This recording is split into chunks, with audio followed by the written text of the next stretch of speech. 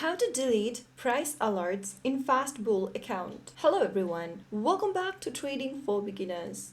If you're looking to delete your price alert on fastbull.com, first of all open your web browser and type in fastbull.com in the URL box and search. You'll end up in the official website of FastBull from where you'll need to sign in to your account first.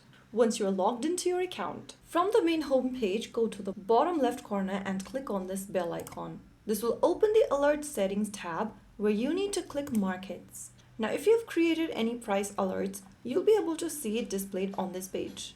To delete your alert, click on this trash icon right next to your current alert you want to delete.